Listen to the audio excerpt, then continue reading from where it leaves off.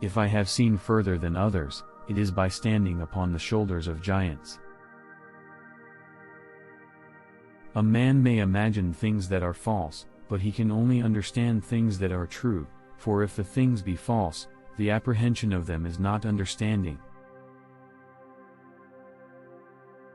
I do not know what I may appear to the world, but to myself I seem to have been only like a boy playing on the seashore, and diverting myself and now, and then finding a smoother pebble, or a prettier shell than ordinary, whilst the great ocean of truth lay all undiscovered before me.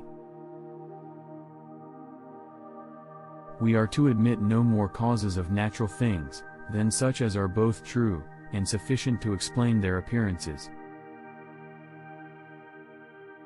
Gravity must be caused by an agent acting constantly, according to certain laws, but whether this agent be material, or immaterial I have left to the consideration of my readers.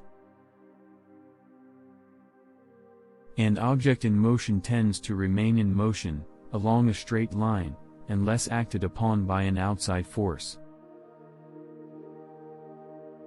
Truth is ever to be found in simplicity, and not in the multiplicity and confusion of things. To every action there is always opposed an equal reaction, or, the mutual actions of two bodies upon each other are always equal, and directed to contrary parts. The motions of the comets are exceedingly regular, and they observe the same laws, as the motions of the planets, but they differ from the motions of vortices, in every particular, and are often contrary to them. The motions, which the planets now have could not spring from any natural cause alone, but were impressed by an intelligent agent. To me there has never been a higher source of earthly honor, or distinction than that connected with advances in science. The proper method for inquiring after the properties of things is to deduce them from experiments.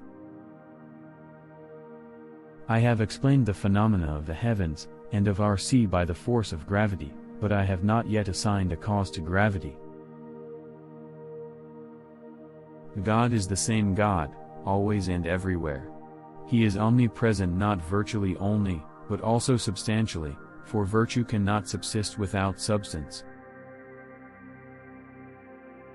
Hypotheses should be subservient only in explaining the properties of things, but not assumed in determining them, unless so far as they may furnish experiments. If the experiments which I urge be defective, it cannot be difficult to show the defects, but if valid, then by proving the theory, they must render all objections invalid. Religion and philosophy are to be preserved distinct.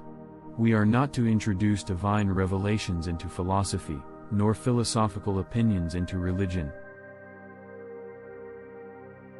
As a blind man has no idea of colors, so have we no idea of the manner by which the all-wise God perceives and understands all things.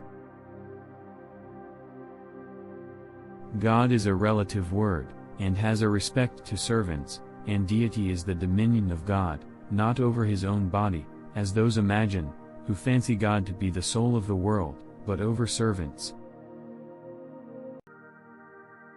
It is reasonable that forces directed toward bodies depend on the nature and the quantity of matter of such bodies, as happens in the case of magnetic bodies. If I saw further than other men, it was because I stood on the shoulders of giants. Yet one thing secures us whatever betide, the Scriptures assures us the Lord will provide. About the time of the end, a body of men will be raised up, who will turn their attention to the prophecies, and insist upon their literal interpretation, in the midst of much clamor and opposition. If the ancient churches, in debating and deciding the greatest mysteries of religion, knew nothing of these two texts, I understand not why we should be so fond of them now the debate is over. My principal method for defeating error and heresy is by establishing the truth.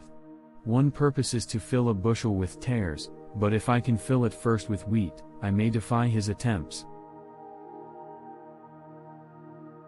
No sciences are better attested than the religion of the Bible.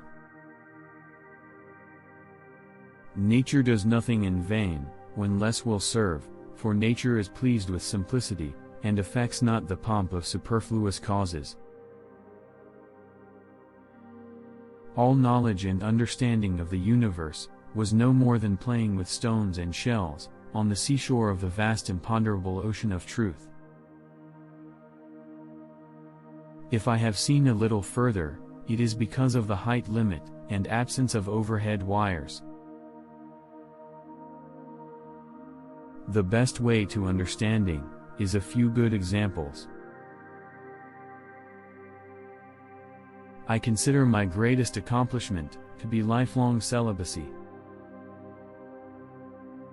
I can measure the motion of bodies, but I cannot measure human folly. If I had stayed for other people, to make my tools and things for me, I had never made anything. No great discovery was ever made without a bold guess. If I have ever made any valuable discoveries, it has been due more to patient attention than to any other talent. If others would think as hard as I did, then they would get similar results. Live your life as an exclamation, rather than an explanation.